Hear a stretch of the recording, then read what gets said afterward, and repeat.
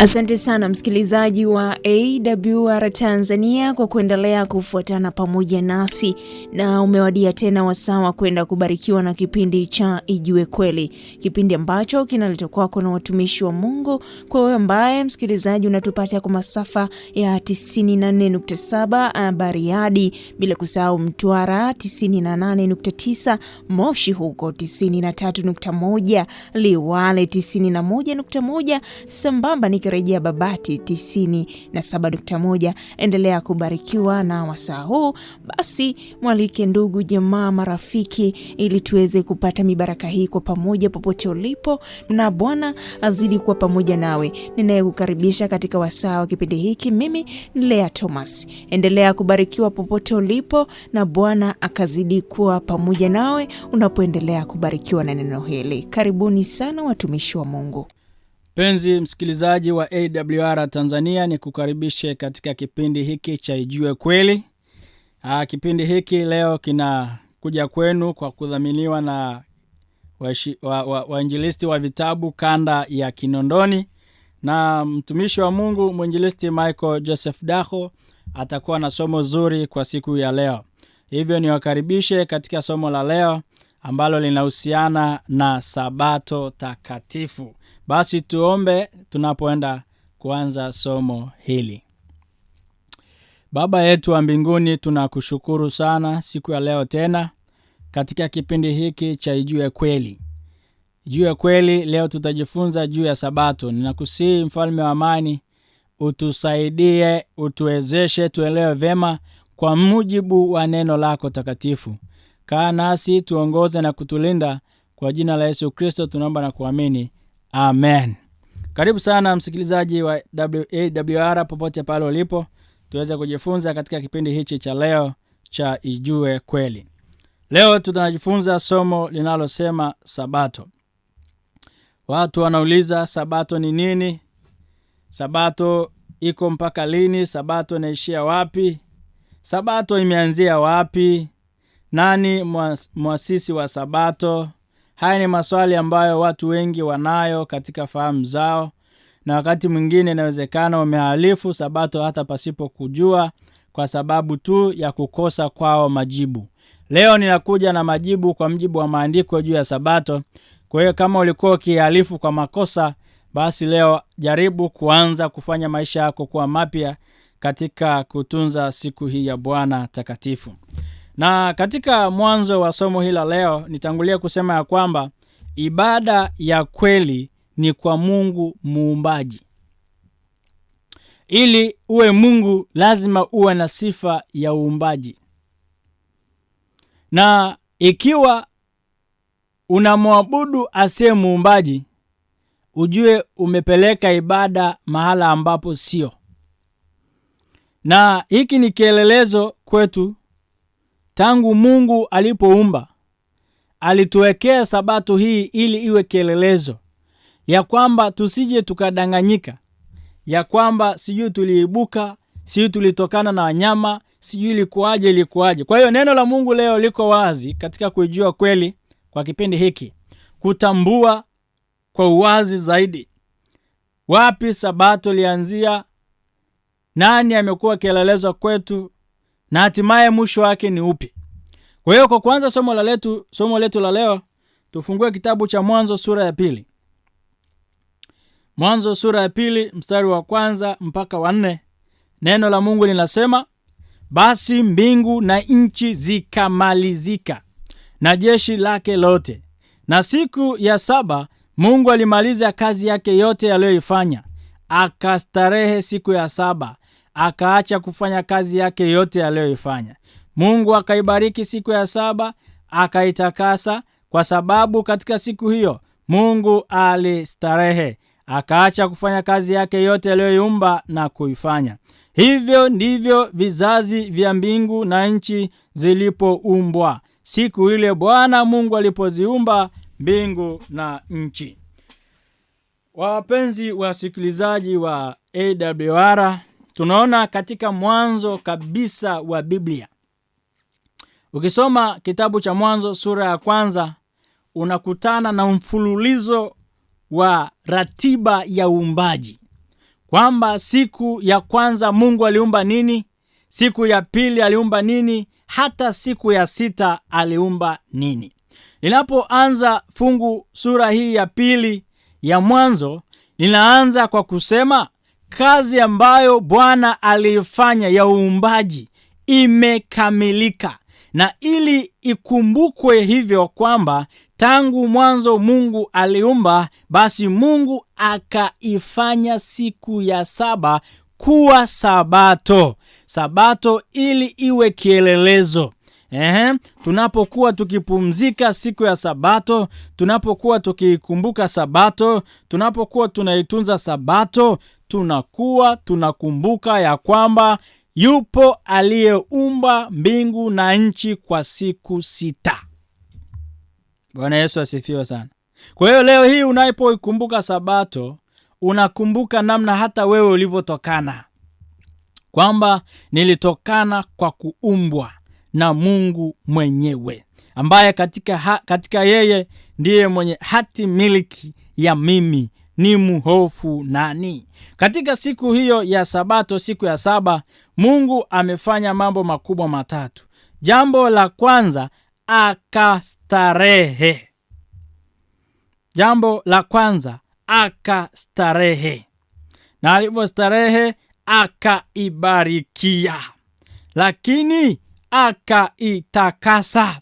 Kwa hiyo wewe ambaye unamwabudu Mungu siku ya Sabato, unamwabudu katika siku iliyofanywa kuwa takatifu, iliyowekwa wakfu kwa ajili ya kumwabudu muumba wa mbingu na nchi. Kwa maana nyingine, zile ruti unazopiga za kwenda kanisani siku ya Sabato ni maneno yanayotamkika ya kwamba Mungu ni muumbaji, Mungu ni muumbaji, Mungu ni muumbaji, Mungu ni muumbaji. Ndio maana halisi ya Sabato. Lakini ujumbe huu wa mwisho wa Mungu kwa wanadamu kupitia malaika unatuasa kama wanadamu wa kumsujudia awe ni muumbaji. Hujaumba, hustahili kusujudiwa.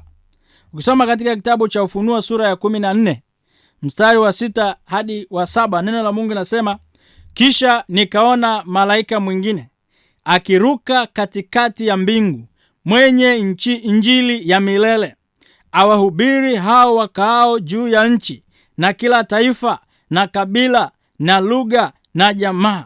Akasema kwa sauti kuu, mcheni Mungu na kumtukuza, kwa maana saa ya hukumu yake imekuja. Msujudieni yeye aliyezifanya mbingu na nchi na bahari na chemichemi za maji. Haleluya. Bwana Yesu asifiwe sana. Nikuulize usiku wa leo, je, unamsujudia nani? Je, unamwabudu nani? Je, unamtumikia nani? Ibada yako unaielekeza kwa nani? Kwa muumbaji au kwa aliyeumbwa? Leo watu wanaabudu wanadamu, wanaabudu wanyama, wanaabudu jua, kinyume na ibada. Hiyo ni ibada bandia. Mungu anatukumbusha siku ya leo kwamba tuikumbuke Sabato kama kielelezo ya kwamba yupo Mungu mbinguni aliyeumba vitu vyote. Bwana Yesu asifiwe sana. Ufunuo 14:11 na 12, neno la Mungu linasema, na moshi wa maumivu yao hupanda juu hata milele na milele, wala hawana raha mchana wala usiku, hao wamsujudie huyo mnyama na sanamu yake na kila aipokeaye chapa ya jina lake. Hapa ndipo penye subira ya watakatifu, hao wazishikao amri za Mungu na imani ya Yesu. Hao ambao hawataikumbuka Sabato, hawatakuwa waaminifu kwa Bwana. Anasema maumivu yao hupanda juu hata milele na milele. Hawatakuwa na raha mchana wala usiku. Kwa nini? Kwa sababu wamemkataa Bwana wa raha, Bwana wa Sabato. Wamekataa Sabato iliyowekwa wakfu, iliyotengwa kwa ajili ya ibada na Mungu wao. Lakini anasema hapa ndipo penye subira ya watakatifu, hao wazishikao amri za Mungu na imani ya Yesu. unasubiri wapi Bwana? Unasubiri pale ambapo unashika amri za Mungu au umezihafifisha amri za Mungu? Maana miongoni mwa amri za Mungu, tena amri ambayo inajenga uhusiano wa mwanadamu na Muumba, ni Sabato. Amri ya 4 anasema, ikumbuke siku ya Sabato uitakase, siku 6 fanya kazi yako yote. Kwa hiyo inakumbuka namna ambavyo Mungu aliumba mbingu na nchi kwa siku 6. Katika kitabu cha Kutoka sura ya 20 mstari wa 8 mpaka wa 11, neno la Mungu nasema, ikumbuke siku ya Sabato itakase, siku 6 fanya kazi, utende mambo yako yote, lakini siku ya 7 ni Sabato ya Bwana Mungu wako. Siku hiyo usifanye kazi yoyote, wewe wala mwana wako wala binti yako wala mtumwa wako wala mjakazi wako wala mnyama wako wa kufuga wala mgeni aliye ndani ya malango yako. Mstari wa 11, maana kwa siku 6 Bwana alifanya mbingu na nchi na bahari na vyote vilivyomo, akastarehe siku ya 7. Kwa hiyo Bwana akaibariki siku ya Sabato akaitakasa. Bwana Yesu asifiwe sana. Kwa hiyo wewe rafiki yangu unayesikiliza kipindi hiki popote pale ulipo, ikiwa huitunzi Sabato, ni umesema kabisa kwa vitendo ya kwamba Mungu si muumbaji. Bwana Yesu asifiwe sana.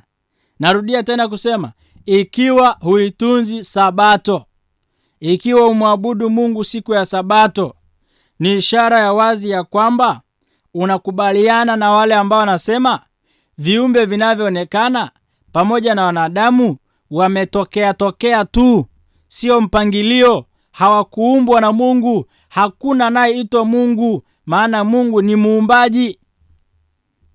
Hiyo inatosha kuwa wito leo kumrudia Mungu kwa kuitakasa siku yake ya Sabato na kufanya ibada katika Sabato takatifu. Ezekiel 20:12, neno la Mungu linasema, tena naliwapa Sabato zangu ziwe ishara. Naliwapa Sabato zangu ziwe ishara kati ya mimi na wao, wapate kujua ya kuwa mimi Bwana ndimi niwatakasaye. Huyu Bwana aliyotakasa siku ya Sabato ameiweka pia kuwa ishara kati yake na watu wake. Muumini anapofika siku ya Sabato, mwanadamu anapoifikia siku ya Sabato, anakumbuka pia Bwana ndiye aliyemtakasa. Bwana ndiye aliyemtakasa. Lakini mstari wa 20 anasema, zitakaseni Sabato zangu, zitakuwa ishara kati ya mimi na ninyi, mpate kujua ya kuwa mimi ndimi Bwana Mungu wenu. Kwa hiyo usipotakasa Sabato za Bwana, ni ishara ya kwamba hutaki kujua na hujui ya kwamba Mungu ni Bwana wako. Bwana Yesu asifiwe sana. Lakini kwa kufanya hivyo kwa uaminifu, kuzitakasa Sabato za Bwana kwa uaminifu, kuzishika sheria za Bwana kwa uaminifu, ni ishara ya kwamba wewe umepata kujua ya kwamba Mungu ni Bwana wako, ndiye unayemwabudu, ndiye unayemtumikia. Bwana Yesu asifiwe sana. Bwana Yesu asifiwe sana. Kielelezo chetu cha kutunza Sabato ni nani? Je, ni mchungaji? Je, ni baba? Je, ni mama? Je, ni wale tutangulia? Je, ni siku ambaye bosi wangu kazini akiniambia kwamba wewe nenda kanisani siku ya Jumatano, nenda kanisani siku ya Jumapili, nenda kanisani siku ya Jumamosi? Kielelezo changu ni kipi? Ni nini kinachonipelekea? Ninajifunza kutoka kwa nani? Ukisoma kitabu cha Luka sura 4. Luka sura 4 mstari wa 16, neno la Mungu linasema, akaenda Nazareti hapo alipolelewa, na siku ya Sabato akaingia katika sinagogi kama ilivyokuwa desturi yake, akasimama ili asome. Ni nani huyu? Huyu ni Yesu Kristo, ambaye yeye ilikuwa ni desturi yake akasimama ili asome. Yaani kwenda kwake katika ibada ilikuwa ni desturi siku ya Sabato. Luka sura 4 mstari wa 16. Soma hapo, utaona kwamba Yesu Kristo alijitoa mwenyewe kuwa kielelezo. Lakini pia Matendo 13 mstari wa 42 mpaka 44, neno la Mungu linasema, na walipokuwa wakitoka wakawasihi waambie maneno haya sabato ya pili. Sinagogi ilipofumukana, Wayahudi na waongofu wataua wengi wakashikamana na Paulo na Barnaba, ambao wakisema nao wakawatia moyo kudumu katika neema ya Mungu. Hata sabato ya pili watu wengi karibu mji wote wakakusanyika walisikie neno la Mungu. Rafiki yangu, najua una maswali katika akili yako kwamba maandiko yanaposema zitakaseni sabato zangu, ina maana ana sabato nyingi kiasi gani? Hapa katika kitabu cha Matendo ya Mitume sura ya 13, maandiko yanasema hivi, hata sabato ya pili watu wengi karibu mji wote wakakusanyika walisikie neno la Mungu. Kwa kweli katika wiki kuna sabato moja, lakini katika mwezi kuna sabato 4. Kwa sababu katika mwezi kuna wiki 4 na kila wiki kuna sabato moja.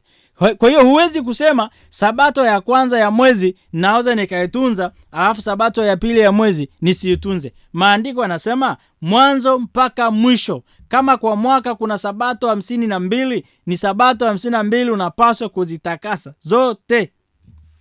Peke yako huwezi, natambua, hata mimi peke yangu siwezi. Ndio maana nasema tusalimishe maisha yetu kwa Yesu, ili Yesu atusaidie kuzishika hizo sheria zake, maana sabato ni amri ya 4 ya Mungu.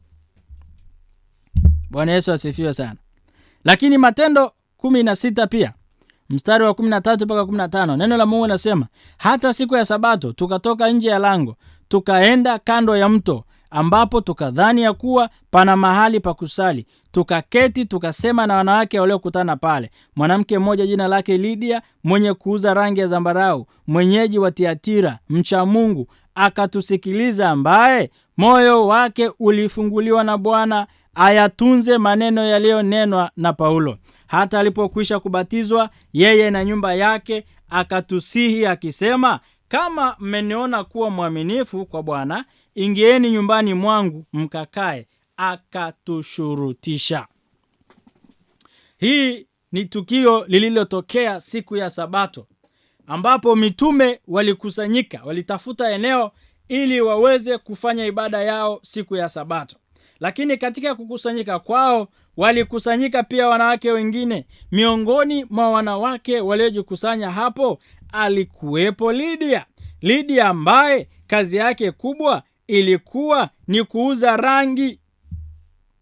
Lakini katika ibada hiyo alisikiliza mahubiri vizuri, alisikiliza mafundisho vizuri, maana miongoni mwa mambo yanayofanyika siku ya sabato ni pamoja na kufundisha, ni pamoja na kuhubiri, ni pamoja na kuomba. Maandiko yanasema katika Matendo 16 mstari wa 14, moyo wake ulifunguliwa na Bwana ayatunze maneno yaliyonenwa na Paulo. Maana yake ni kwamba yeye alikuwa kama wewe, yeye alikuwa kama fulani, yeye alikuwa kama dada yangu fulani, kama kaka yangu fulani, ambaye alikuwa hatunzi sabato ya Bwana. Lakini siku hiyo aliposikiliza hubiri, aliposikiliza mafundisho, moyo wake ukafunguliwa na Bwana. Mpendwa wa msikilizaji wa AWR popote ulipo, ni kweli ninahubiri hapa, lakini ninahubiri kwa kuongozwa na Mungu. Hivyo hata ikitokea umeachilia maisha yako mikononi mwa Bwana, si kwa ajili yangu mimi, bali ni Bwana mwenyewe amefungua moyo wako. Hivyo usije ukaogopa kufungua moyo wako, watu wakakwambia kwa sababu ulimsikiliza mwinjilisti. Hapana, ni kwa sababu umekubali kufunguliwa na Bwana mwenyewe. Haleluya! Hivyo mwanamke huyu alivyofunguliwa na Bwana, alipokubali, basi akaanza kuyatunza yale maneno yaliyonenwa na mtumishi wa Mungu. Inawezekana ilikuwa ni kutunza sabato. Tangu siku hiyo akaachilia maisha yake, akaanza kuwa mtunzaji mzuri wa sabato. Lakini anasema alibatizwa yeye na nyumba yake. Akabatizwa yeye na nyumba yake. Maana yake ni kwamba haya mafundisho yanapelekea watu kubatizwa. na ubatizo ni ishara ya kumwamini Yesu kama Bwana na Mwokozi wa maisha yako. Hivyo hata we popote, tangu tumeanza masomo haya, siku ya leo ninakwambia, hata somo hili ukiliamini, unahitaji ubatizo, wasiliana nasi kwa namba ambazo tutataja mwisho wa kipindi hiki. Ni sehemu sahihi kabisa, ni wakati sahihi kabisa wa kujiunga na kanisa la Mungu kwa njia ya ubatizo, pale ambapo unasikia neno la Mungu linakutaka kufanya hivyo. Kwa hiyo Lydia, yeye na familia yake ilibatizwa kwa kusikiliza masomo haya siku ya Sabato. Sasa hapa tumeona namna ambavyo Yesu Kristo ni kielelezo kwa Wakristo, ya kwamba hata yeye alitunza Sabato. Lakini pia tumeona mitume nao wamekuwa kielelezo kuitunza Sabato, wakifanya ibada zao siku ya Sabato. Sasa rafiki yangu, wewe kielelezo chako ni nani ambaye hutunzi Sabato, ambaye hufanya ibada siku ya Sabato? Kielelezo chako ni nani? Wakati hapa tunaona Yesu ndio kielelezo cha ibada ya Sabato, lakini mitume pia ni kielelezo cha ibada ya Sabato. Wewe kielelezo chako ni nani? Mathayo 12:8 neno la Mungu nasema, kwa maana mwana wa Adamu ndiye Bwana wa Sabato. Mwana wa Adamu ni nani? Mwana wa Adamu ni Yesu Kristo. Huwezi kusema umeokolewa na Yesu alafu huitunzi Sabato. Wewe ni mwongo. Maana Bwana wa Sabato ni Yesu mwenyewe, ambaye ndiye Mwokozi wa maisha yetu. Anza kuingiza mashaka katika wokovu ulio nao ikiwa hutunzi amri za Mwenyezi Mungu, maana Sabato nayo ni amri ya Mwenyezi Mungu. Sasa swali unaweza kauliza, mwinjilisti, ninawezaje mimi? Ninatamani kuwa mwaminifu. Niliyokutana na mama moja akanambia, ninatamani nisikose ile nchi ya ahadi, ninatamani nirithi uzima wa milele. Nifanye nini ili niweze kurithi? Nikamwambia, unapaswa kujua maagizo ya Mungu, unapaswa kumpokea Yesu kama Bwana na Mwokozi wa maisha yako. Sasa akaniuliza swali, nitajuaje Sabato ya kweli ni ipi? Nami leo kwa haraka hii naomba nikuambie ukweli juu ya kutambua Sabato ya Bwana ni lini. Katika majuma tulio nayo, siku 7 za wiki, kuna majuma ambayo yanatambulikana. Lakini leo ninaenda kukutambulishia Sabato takatifu kwa matukio makuu matatu. Tukio la kwanza ni kifo cha Yesu Kristo. Tukio la pili ni kuzikwa kwa Yesu Kristo. Tukio la tatu ni kufufuka kwa Yesu Kristo. Ukisoma katika kitabu cha Luka 23, sura ya 23, mstari wa 50 mpaka 56, neno la Mungu lasema, na tazama, akatoka mtu mmoja jina lake Yusufu, ambaye ni mtu wa baraza, mtu mwema mwenye haki, wala hakulikubali shauri ya tendo lao, naye ni mtu wa Arimataya, mji mmoja wa Wayahudi, tena anautazamia ufalme wa Mungu. Mtu huyo alikwenda kwa Pilato, akataka kupewa mwili wa Yesu. Akaushusha, akauzinga sanda ya kitani, akaweka katika kaburi lililochongwa mwambani, ambalo hajalazwa mtu bado ndani yake. Na siku ile ilikuwa siku ya maandalio, na Sabato ikaanza kuingia. Na wale wanawake waliokuja naye toka Galilaya walifuata, wakaliona kaburi na jinsi mwili wake ulivyowekwa. Wakarudi, wakafanya tayari manukato na marihamu, na siku ya Sabato walistarehe kama ilivyoamriwa. Dunia hii ya leo, ukiuliza ni lini Yesu alikufa, kila mmoja anajua kwamba ni siku ya Ijumaa. Ndio maana kwa wenzetu wanaita Ijumaa Kuu, siku ambayo hawali nyama kwa sababu ni Ijumaa Kuu. Ijumaa Kuu ni kweli, Yesu alikufa siku ya Ijumaa. Na kwa sababu alikufa siku ya Ijumaa, neno linaeleza ya kwamba ilikuwa ni maandalio ya Sabato, na Sabato ikaanza kuingia. Maana yake ni kwamba saa 9 kuelekea jioni, hapo saa 11 hapo ndio muda ambapo, sio muda ambapo Yesu alikufa. Yesu alikufa saa 9 ndio, lakini hiyo muda wa karibia na jua kuzama ndio muda ambapo huyu Yusufu alienda kushusha mwili wa Yesu msalabani kwa sababu katika kipindi hicho kwa Wayahudi ilikuwa ni marufuku siku ya Sabato kuwepo na mwili msalabani. Hivyo Yusufu akaenda kuchukua huu mwili wa Yesu Kristo, ambapo ilikuwa ni siku ya maandalio ya Sabato, akaenda kuuzika. Lakini wakajitokeza wanawake ambao wakamfuata Yusufu. Hata walipofika kaburini wakaona jinsi mwili ulivyowekwa, lakini wakasema, turudi sasa nyumbani, maana tumeona bwana wetu alipozikwa, tukaandae manukato alafu tuyalete. Bahati nzuri au mbaya ni hii, walipoenda kuyaandaa manukato wakachelewa, Sabato ikaingia, na kwa sababu Sabato imeingia wakastarehe kama ilivyoamriwa. Siku ya Sabato huruhusiwi kufanya kazi yoyote. Luka 23 mstari wa 56, wakastarehe kama ilivyoamriwa. Maana yake hiyo sasa ni Jumamosi baada ya Sabato kuingia.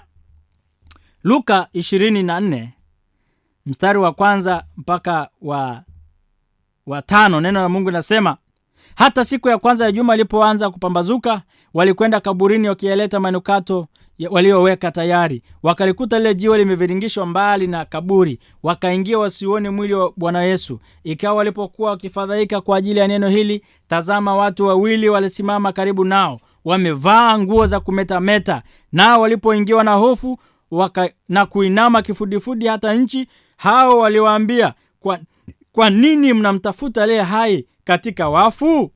Yesu amefufuka, hayuko hapa. Kumbukeni alipowaambia ya kwamba tutakutana Galilaya. Hii inanenwa kama siku ya kwanza ya juma.